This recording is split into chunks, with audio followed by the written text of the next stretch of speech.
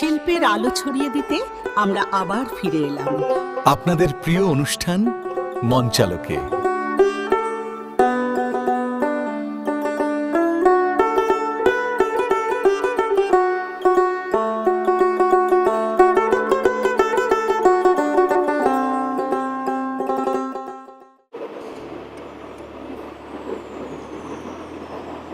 সুধী দর্শক মণ্ডলী, মঞ্চালোকের পক্ষ থেকে শুভেচ্ছা ও অভিনন্দন। আমরা কথা বলবো থিয়েটারের একাল সেকাল নিয়ে। আমাদের উদ্দেশ্যই হলো থিয়েটারের বিবর্তনের গল্প আপনাদের কাছে তুলে ধরা এবং একই সাথে বর্তমান থিয়েটার কর্মীদের চিন্তা ভাবনা, সৃজনশীলতা ও পরিকল্পনাগুলো মুক্ত আলোচনা করা। আমরা বিশ্বাস করি থিয়েটার কেবলই বিনোদন নয়, থিয়েটার হচ্ছে সমাজ ও সংস্কৃতির প্রতিচ্ছবি। ইতিবাচক পরিবর্তনের মধ্য দিয়ে তরুণ প্রজন্মের কাছে থিয়েটারের উদ্দেশ্য ধরা আমাদের মূল লক্ষ্য। প্রিয় দর্শক, আজকে আমাদের স্টুডিওতে উপস্থিত আছেন আমাদের প্রিয় নাট্য বন্ধু, আমাদের আমার অগ্রজ, কলেজ শিক্ষক, গবেষক এবং সদস্য নান্দিমুখ ডক্টর বিকরণ বড়ুয়া। বিকরণ দা, কেমন আছেন? জি, ভালো আছি। কেমন যাচ্ছে? হ্যাঁ, ভালো যাচ্ছে, ভালো আছে। কলেজ, বাসা, থিয়েটার সব মিলিয়েই? হ্যাঁ, এটা আমি খুব উপভোগ করি। কথাটা হচ্ছে গিয়ে কতগুলো কাজ করছি বা কত পরিশ্রম করছি, আমার পরিশ্রম মনে হয় না। কারণ আমি যখন কাজটাকে উপভোগ করব, সেটা আমি পড়ানো বলেন বা সেটা থিয়েটার করা বলেন বা এটা রিহার্সাল করা বলেন, সব কিছু মিলিয়ে এটাকে এনজয় করাটাই হচ্ছে আসল, উপভোগ করা। যেহেতু আমি এই জিনিসটাকে উপভোগ করি, তখন আমার খুব ভালো লাগে। খুব ভালোভাবেই তাহলে উপভোগ করছেন? হ্যাঁ, খুব ভালোভাবে উপভোগ করছি। আচ্ছা বিকরণ দা, আমি যতটুকু জানি যে আপনি থিয়েটারে 90-তে এসছেন। জি, 90-তে এসছেন। তো 90-তে থিয়েটারে আসার আপনার উদ্দেশ্যটা কি ছিল? আচ্ছা, আমার জন্ম চট্টগ্রাম জেলারই রাউজান উপজেলার পাঁচখাইন গ্রামে। আমরা যখন গ্রামে বড় হয়েছি, আমি জন্ম হওয়ার পর থেকে বুদ্ধির বয়স থেকে দেখে আসছি ওখানে কালচারাল অ্যাক্টিভিটিসগুলো। অত নাটক হচ্ছে রাতব্যাপী নাটক, একদম রাত জেগে নাটক, যাত্রাপালা হয়েছে। এটা দেখেছি বলে এখনো মনে করতে পারছি না, কিন্তু নাটক হতো, বার্ষিক নাটকগুলো হতো। তো পরবর্তীতে নিজে নাটক করলাম ওখানে, গ্রামে। তারপর ওখানে আমি নিজে নাটক, যেমন আমি মন্তজুদ আহমেদের ক্ষতবিক্ষত নাটক আমি নিজে নির্দেশনা দিয়েছি। তারপর ওনার যে স্বাধীনতা বা স্বাধীনতা নাটকগুলো নির্দেশনা দিয়েছি। পাশাপাশি আব্দুল আল মামুন নাটকের আব্দুল আল মামুনের নাটক তোমরাই, যেটা আমি অভিনয় করেছি। এই ধরনের বেশ কিছু নাটক আমি নিজে অভিনয় করেছি ওখানে। তারপর স্কুল কলেজে আমরা, বিশেষ করে স্কুলে আমরা ওই একক অভিনয়ের ব্যাপারটা ছিল, একদম পুরো নাটক ওইভাবে মঞ্চস্থ হয়নি। তো ওইটা আমাকে মনের মধ্যে একটা আমার নাটকের প্রতি ভালোবাসাটা একটা জন্ম দিয়েছিল তখন থেকে। 1985 সালের পর আমি চট্টগ্রামে একবার আসি, আবার 87 সালের রেগুলার থাকা শুরু করি চট্টগ্রাম শহরে।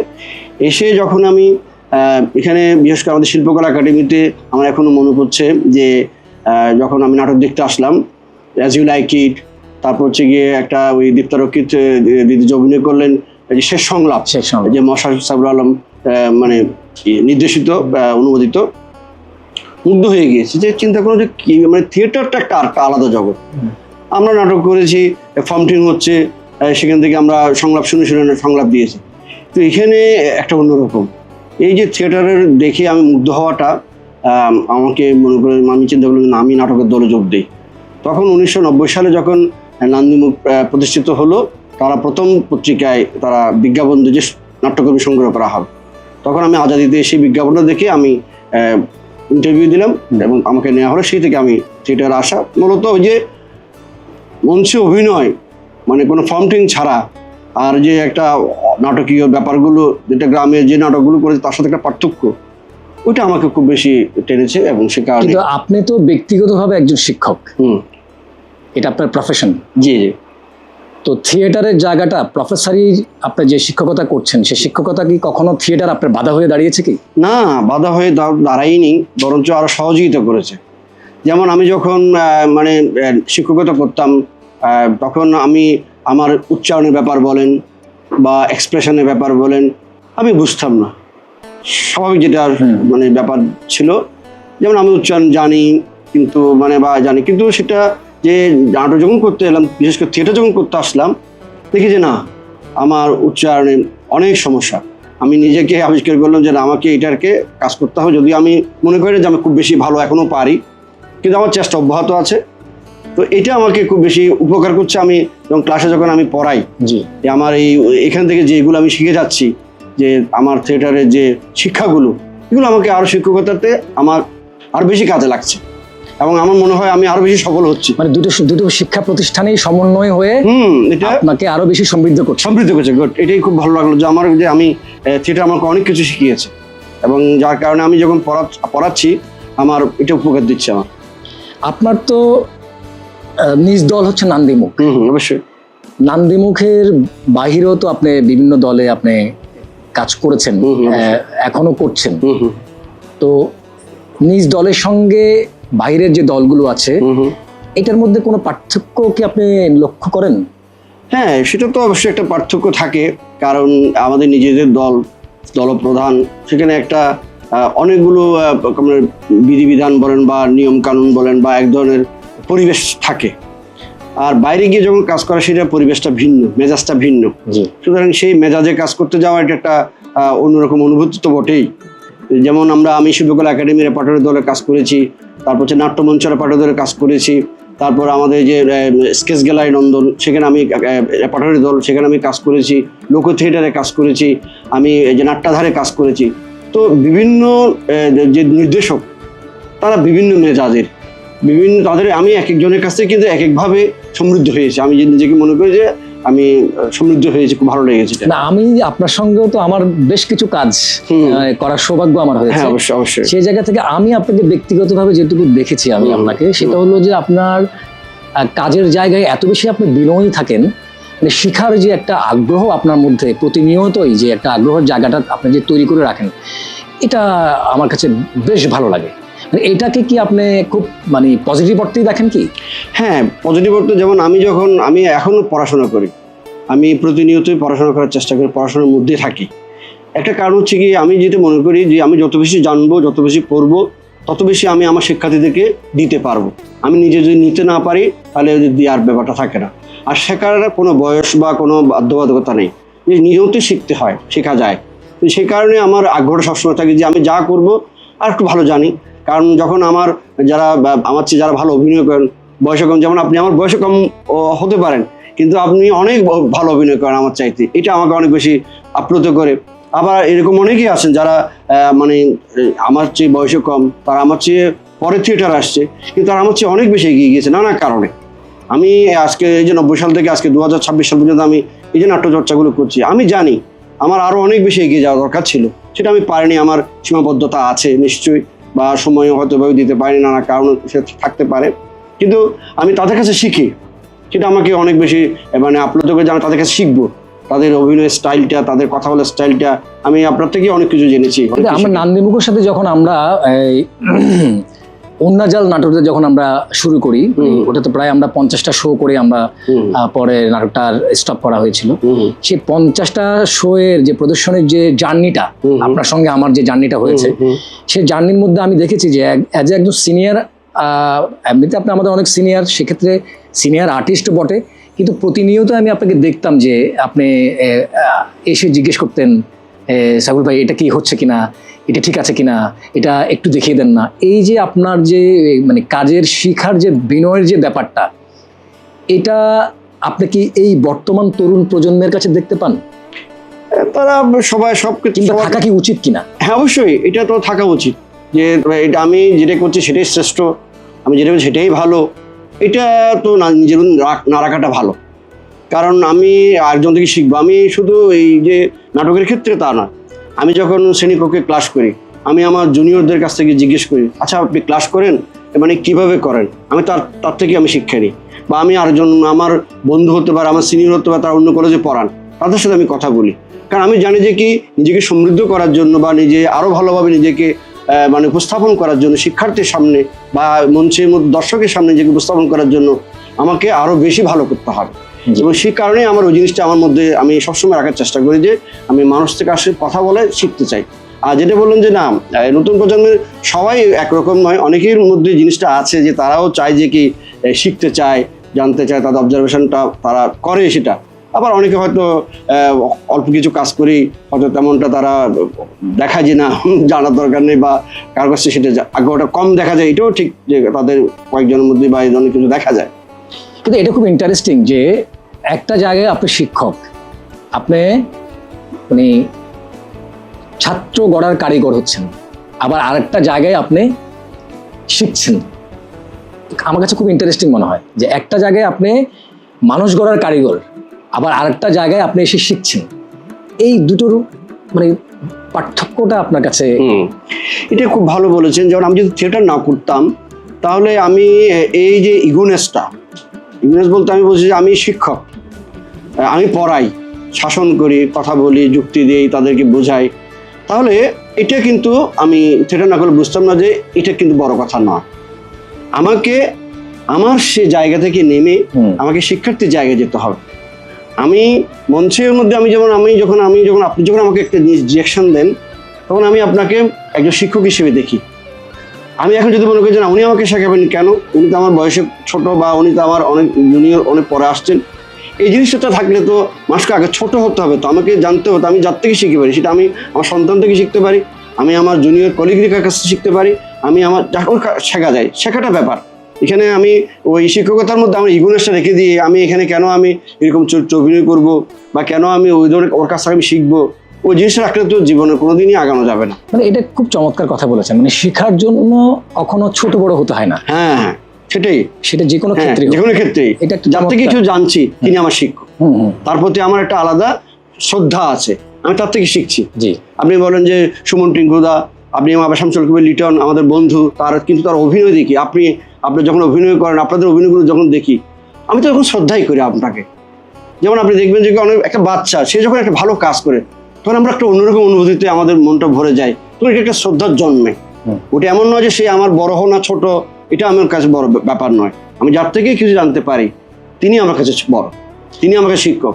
আমি তখন ওই নিজেকে ওই জায়গাতে নিয়ে আসি, আমি ওই শিক্ষক হিসেবে নিজে ইগোনেস নিয়ে আমি ওখানে বসে থেকে আমি একদম মানে ওই ঢালটা নিয়ে থাকি না। এটা আমি শিল্পকলার অনেককে তো আমি দেখেছি, অনেকের সঙ্গে আমার বন্ধুত্ব বলেন, আমার আড্ডা বলেন, সব কিছু হয়, কিন্তু আমি ব্যক্তিগতভাবে আপনাকে যতবারই দেখি আমি আপনাকে কখনো মেলাতে পারি না। মানে একজন ডক্টর বিকিরণ বড়ুয়াকে আর একজন থিয়েটারের ডক্টর বিকিরণ বড়ুয়াকে আমি একেবারেই মেলাতে পারি না। মানে একজন শিক্ষকতার জায়গায় আপনার যে পার্সোনালিটি, যে জায়গাটা থাকে থিয়েটারে কিন্তু আপনি একদম ভিন্ন মাত্রার একজন মানুষ। আপনাকে দেখি আপনি হাসছেন, গল্প করছেন, জোকস করছেন, মজা করছেন। এই জায়গাটা আমি মনে করি যে এই শিল্পকলার আমি কাউকে খুব একটা দেখি নেই। মানে মনে করি একজন শিক্ষক আসবে, তার একটা বোর্ডনেস থাকবে, হ্যাঁ কেমন আছো, হ্যাঁ ভালো আছো, হ্যাঁ, কিন্তু আপনার মধ্যে আমি ওরকম কোনো এখনো পর্যন্ত দেখিনি।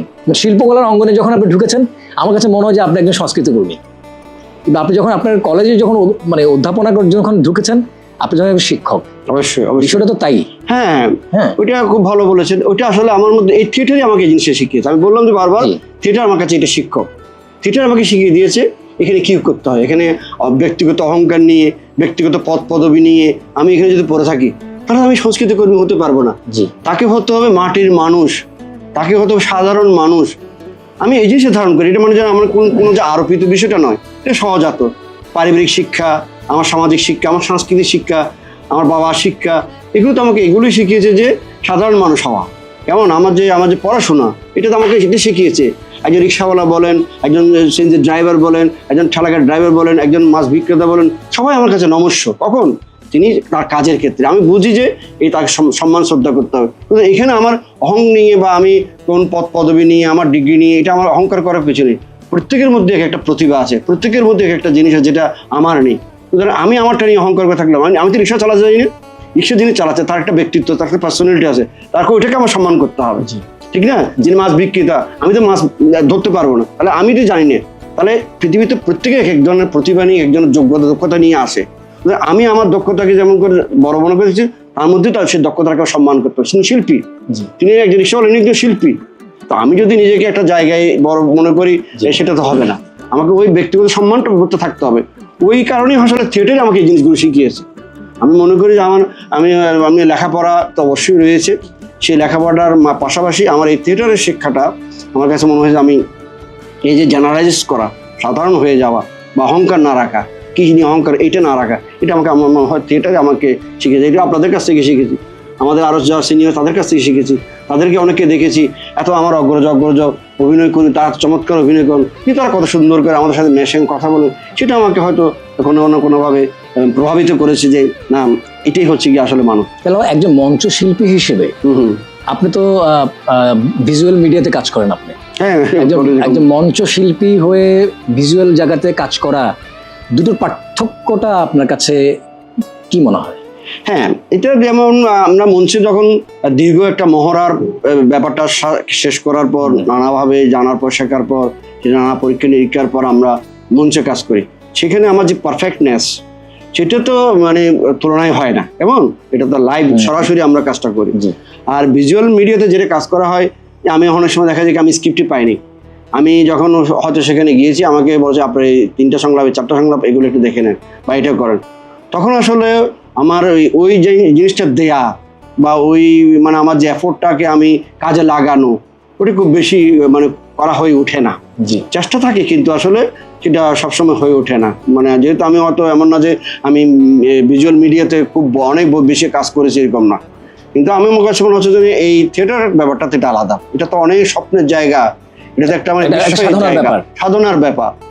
এটার সাথে পৃথিবীতে কোনো কিছুর সাথে অসীম সাগরের মতো, হ্যাঁ, এটার সাথে কারোর সাথে তুলনা করা যাবে না। এখানে আমার এক্সপ্রেশন সবগুলো, আমার চোখের নড়ানো সব, হ্যাঁ ভিজুয়াল মিডিয়াতে সেটা বোঝা যায় এটা কাট করছে তারা, কিন্তু এই জায়গাতে আমি যেভাবে স্বচ্ছন্দ অনুভব করব, যে জায়গাতে আমি আমার কৃতিত্ব দেখাতে পারবো, সেটাতে তো একটা পার্থক্য অবশ্যই। দাদা, মানে আপনি তো এটা লক্ষ্য করছেন কি যে আমাদের থিয়েটারে কিন্তু তরুণ প্রজন্মরা কিন্তু আসছে, তরুণ প্রজন্মরা আসলেও তারা খুব বেশি স্টেবল হচ্ছে না থিয়েটারে, মানে এটা কি কারণ বলে আপনি মনে করেন? এখন যেমন মনে করেন আপনি আসছে না বা স্টেবল হচ্ছে না, এর পেছনে একটা কারণ হতে পারে যে নিয়মিত মঞ্চে না থাকা। যেমন আমি অনেক সংগঠন আছে, আমাদের অ্যাভাগারের কথা আমি একদম গর্ব করেই বলতে পারি, যেহেতু আমাদের চোখের সামনে একটা সংগঠন, তো তাদের তো অনেক নাট্যকর্মী, তো সেখানে তো ইয়াং জেনারেশন আসছে, কাজ করছে এবং দীর্ঘদিন ধরে কাজ করছে, কিন্তু হয়তো তারা রেগুলার একটা কাজের মধ্যে থাকছে, যেমন তারা মানে রেগুলার তারা ওই মহড়াটা রাখছে, তারা মঞ্চে রেগুলার আছে, সুতরাং সেখানে থাকছে। এটা কাজ করতে হবে। আমি যদি মানে শুধু একটা সংগঠন করলাম, সংগঠন আমি মানে একটা রাখলাম, হয়তো বছরে 6 মাসে আমি হয়তো একটা প্রোডাকশন নামালাম, তখন আমরা একত্রিত হলাম, এটা যদি না করে যদি প্রতি সপ্তাহে বা প্রতিদিন না পারি, প্রতি সপ্তাহে আমাদের 1 দিন 2 দিন যদি আমরা ওই জিনিসটা করতে পারি, অর্থাৎ আমি ইয়াং জেনারেশনকে কাজে লাগাতে হবে। তো মানে নিয়মিত মঞ্চায়নের পাশাপাশি আরো যে আমাদের আঙ্গিকের যে কায়িক যে ওয়ার্কশপ গুলো আছে, এগুলো নিয়মিত করলে হয়তো বা ধরে রাখা যাবে।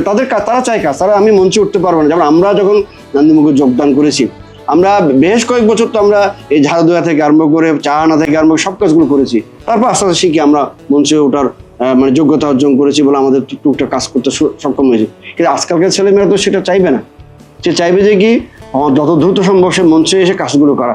তো এখন একজন ডিরেক্টর বা দলবদনের কাজ হবে যে কি ওদেরকে বেশি বেশি কাজে লাগানো।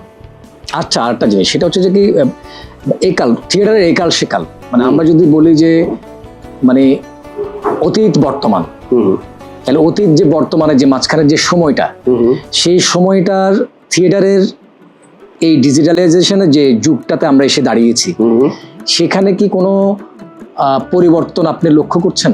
হ্যাঁ, পরিবর্তন তো হবে। পরিবর্তন শুধু ডিজিটালাইজেশনের জন্য নয়, সার্বিক কারণে পরিবর্তনটা হয়েছে।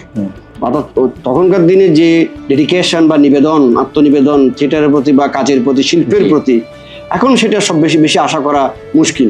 হ্যাঁ, মানে বিরল কিছু থাকে, কিছু রেয়ার কিছু থাকে যারা ওই সেকালের মতোও থাকে, কিন্তু স্বাভাবিকভাবে মানে নানা রকম পরিবর্তন হয়েছে আমাদের সমাজ ব্যবস্থার মধ্যে, আমাদের জীবন ব্যবস্থার মধ্যে, আমাদের লাইফস্টাইল চেঞ্জ হয়ে গিয়েছে, আমাদের অনেক বেশি ব্যস্ততা চলে এসছে, আমাদের যে সামাজিক যে যোগাযোগ মাধ্যমগুলো যে সক্রিয় থাকার কারণে নানা রকম ঘটনাগুলো ঘটছে, এগুলোর পরিবর্তন হবে, এগুলোর সাথে তাল মিলিয়ে আমাদেরকে চলতে হবে। এখন যেটা সেকালের কথা বলছে, সেকালে হয়তো এত কিছু ছিল না বলে সেই ডেডিকেশনে যতটুকু দেওয়া সম্ভব হয়েছে, এখন তো হাতছানি অনেকভাবে ডাকবে। এখন আমার কাজটা হচ্ছে কি আমি কোনটাকে ভালোবেসে কোনটাতে থাকবো এবং কোনটাতে আমি আমার ভিউয়ার্সের সাথে থাকবো, এটা আমার ব্যাপার। এটা প্রযুক্তি বাধা নয়। আপনার কাছে কি মনে হচ্ছে যে আমরা থিয়েটার যদিও বা সংকটের মধ্যে দিয়ে থিয়েটার সবসময় এগিয়ে যায়, এগিয়ে যাচ্ছে এরকম, বাট যে সংকট তো প্রতিনিয়তই থাকছে, কোনো না কোনো সংকট তো এসে আবার আমাদের উপরে চাপছে, এরকম একটা ব্যাপার, তাই না? তো এখন একটা সংকটের মধ্যে দিয়ে তো আমরা যাচ্ছি, তাই না? তো এই সংকটের উত্তরণের জন্য আপনার কাছে কি কোনো মানে সাজেশন আমরা পেতে পারি কিনা?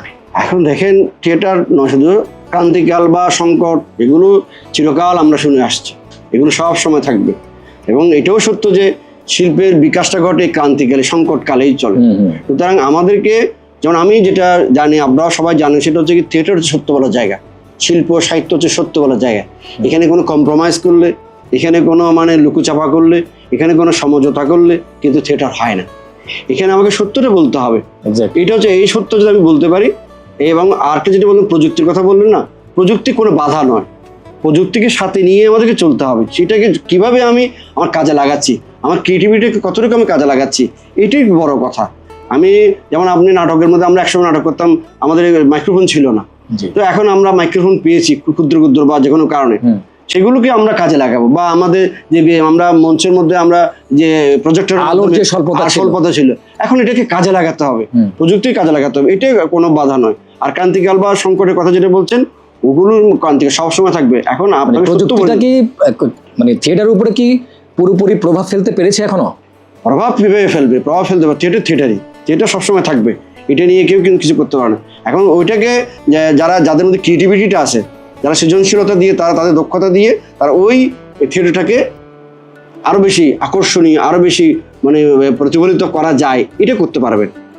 বাট ওইটা না যে মানে ডিজিটাল সিস্টেমটা বা প্রযুক্তিটা ওই থিয়েটারটাকে চেপে বসেছে এরকম বলা যাবে না, বা চেপে বসলে তো থিয়েটার থাকবে না, ঠিক না? আমাকে থিয়েটার করতে হবে। তার পাশে আমার মানে সহযোগী নানা রকম ব্যাপারগুলোর মধ্যে দিয়ে আমার পরিবর্তন আসবে। আমরা নাটক ওদিকে মঞ্চে অভিনীত হচ্ছে, কিছু জিনিস আসছে আমার মানে পর্দা, এগুলো ভেসে আসছে, সেটিকে আমরা অস্বীকার করতে পারবো না। এটা দর্শক আরো বেশি কানেক্ট করবে। কিন্তু এটাকে আমি কেন মানে বাদ দেবো বলেন, যেটা আমি আগে দেখাতে পারতাম না, আমি এখানে দেখাতে পারছি। আমি আলোটা আগে স্বল্পতা ছিল বলে আমি করতে পারতাম না, এখন আমি আলোর কাজ করতে পারছি, এটা আমি নেবো না কেন? সেক্ষেত্রে কোনো বোঝা নয়, সেক্ষেত্রে কি প্রতিবন্ধকতা নয়। সেক্ষেত্রে আপনার কোনো এমন কোনো স্মৃতি, কোনো নাটকের এমন কোনো স্মৃতি আপনার এখনো আপনার মনের অজান্তে আপনাকে খুব আপ্লুত করে, কোনো ঘটনা কি আছে যেটা আমাদেরকে একটু? এটা একটা আমার কাছে মানে আপনি যখন উনাজালের সাথে যুক্ত ছিলেন, আমরা কাজ করছি একসাথে, একটা ব্যাপার হচ্ছে কি, অনেকেই মানে আমার চেহারাটা তো খুব মানে ইনোসেন্ট মনে করে আর কি, সবাই ইনোসেন্ট এবং বোকা বোকা আর কি। তো অনেকে আমাকে খুব বোকাই মনে করে। বোকা না, এটা আসলে বিনয়। হ্যাঁ, যাই হোক মনে করে। আমি আমার ব্যক্তিগত জায়গা থেকে তো আমি আসলে ওই যে যেটা একটা বললেন যে সহজ সরল থাকা বা এটা আমার এটা আমার সাধারণ আমার ভান না, এটা আমার নিজেই আমি রেখে। আর তো এখন আমি যখন উনাজাল নাটক করছিলাম, তখন যে বিখ্যাত নির্দেশক ফয়েজ জহির, যিনি আমাদের উনাজাল নাটকের ডিরেক্টর, তো উনি যখন কাজ করছিলেন, আমি স্বাভাবিকভাবে আমরা তো একভাবে থাকি সারাক্ষণ, যে কলেজ করা, সকাল থেকে মানে বিকেল পর্যন্ত, তারপর টিউশন করা, তারপর থিয়েটার আসা, সবটা মিলে তো একটা বিশাল ব্যাপার। একদিন আপনি তখন ছিলেন কি আমার এই মুহূর্তে মনে হচ্ছে না, আমি করছিলাম মানে অভিনয় করছিলাম, বুঝছেন? আমাকে বলে কি, আপনি অভিনয় করছেন কেন? এই জিনিসটা আমার সারা জীবন মনে থাকে। তখন আমার কি বল, আমি তো অভিনয় করতে আসছি, আবার বলো অভিনয় করছিলি কেন? তখন আসলে বুঝলাম যে অভিনয় না করাটাই অভিনয়। এটা আমি একটা জানলাম, একটা ব্যাপার আমাকে করেছে। আর একবার উনি আমার এই যে আই কন্ট্যাক্টের কতগুলো প্রবলেম এখনো আছে, আমি অনেক সময় ছবি তুললে এরকম হয়ে যায়, এটা একটা আমার প্রবলেম এখনো হয়। তো আমি একবার এভাবে অভিনয় করছিলাম, উনি আমার এটা নিয়ে খুব বকাবকি শুরু করেছেন। ও মা, দেখি যে তিনি চিৎকার করবো, এই আপনি এদিকে তাকা দেন, এইবার তাকা দেন। খুব স্বাভাবিকভাবে নির্দেশক তো বটে, বোঝেন, অনেক সময় মেজাজ ঠিক রাখতে পারেন না, তারা নানা রকম ভাবে রিয়েক্ট করেন। তো ওই যে আপনি একটা কিছুক্ষণ আগে বললেন যে আপনি একজন শিক্ষকতা করেন, এরকম মানে কাজ করতে গিয়ে এরকম ভাবে আপনাকে আবার আরেকজনের ছাত্র হতে হয়। আমরা তার জীবনী ছাত্র, এমন না? তারপরেও তো একটা মানে সবকিছু মিলিয়ে তো আমাদের একটা ব্যক্তিত্ব সবার মধ্যে থাকে। আমি খুবই মানে আহত হয়ে গেলাম, কি রে ভাই, উনি আমার সাথে এইভাবে দুর্ব্যবহার করছেন কেন?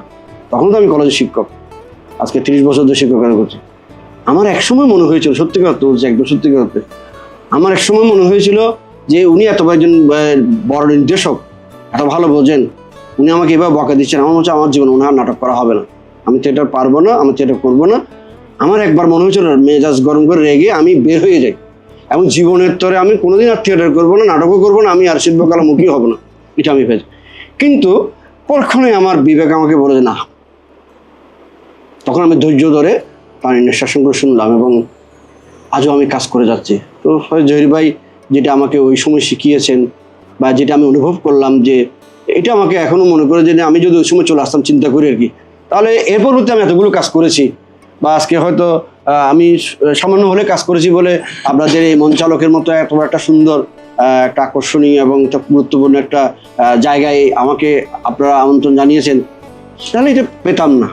এটা আমাকে খুব আপ্লুত করে যে আমি যদি ওই সময় কিন্তু আমি চলে আসলে কিন্তু জীবনে আমি যেতাম না, কারণ আমার প্রত্যেকের মধ্যে মান সম্মান বলেন বা যেগুলো এগুলো কিছু না কিছু থাকে তো অনেক সময়, কিন্তু আমি ওইটাকে বড় করে না দেখে আমি তখন নিজেকে একজন শিক্ষার্থী হিসেবে ভেবে বুঝি না, ধৈর্য ধরি, এই ধৈর্যটা ধরে রেখেছি বলে, লেগে থেকেছি বলেই আমি হয়তো আজকে আপনার সামনে এসে এখানে বসে দু চারটা কথা বলার সাহস পাচ্ছি। না, এটা আমাদের সৌভাগ্য। আমরা প্রায় শেষ পর্যায়ের কাছাকাছি এসেছি। আমরা একটু ছোট্ট করে জানতে চাই যে তরুণ প্রজন্মের জন্য আপনার কিছু বলার আছে কি? তরুণ প্রজন্মের জন্য আসলে আমি তো নিজেকেও তরুণ মনে করি, আমি আবার তরুণদের জন্য কি বলবো একটা কথা, তারপরও হয়তো আমার চেয়ে বয়সে যারা কম, আমি তাদেরকে বলবো যে ধৈর্য ধরা, লেগে থাকা আর শেখা, এই তিনটে জিনিস যদি তারা রাখতে পারে, যে আমাকে কাজ করতে হবে, ধৈর্য ধরতে হবে, আর কাছে লেগে থাকবে, এই অধ্যবসায়টা থাকতে হবে, তা না হলে কিন্তু, কারণ স্টেবিলিটি একটা দরকার, যে কোনো জিনিস স্টেবিলিটি না থাকলে না ওটা নড়াচড়া করে। তো সুতরাং স্টেবিলিটি থাকলে, ধৈর্যটা লেগে থাকলে ওই মানে একদিন হবেই।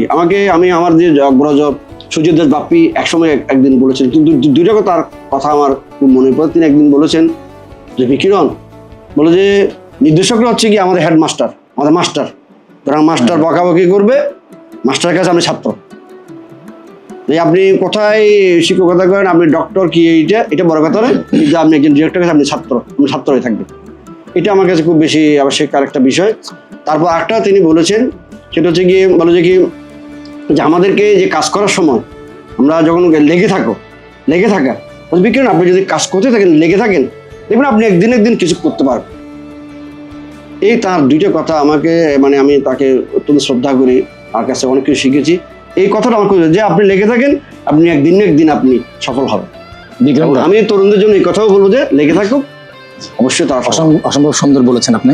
বিক্রম, আমরা প্রায় শেষ পর্যায়ে, আমাদের এই মঞ্চালকের স্টুডিওতে এসে আসার যে অনুভূতিটা, এটা একটু আপনার কাছে জানতে চাই। হ্যাঁ, মঞ্চালকে আমি মানে যে কাজ দেখেছি আমাকে খুব বেশি মানে আশান্বিত করেছে, খুব ভালো লাগলো আমার। কারণ এখানে মন খুলে কথা বলাটা, এবং এটা দরকার আছে, এটা থিয়েটারকে এগিয়ে নিয়ে যাওয়ার ক্ষেত্রে, নিজেকে সজাগ রাখার ক্ষেত্রে, সচেতন রাখার ক্ষেত্রে এই মঞ্চালক একটা ভূমিকা রাখতে পারে। আমরা নিজেদেরকে একটু জানি, নিজেদেরকে শিখি, আরেকজনের কথা শুনে আমি একটু জানি, নিজেকে দেখি, এটা আমার মনে হচ্ছে মঞ্চালক খুব ভালো একটা উদ্যোগ।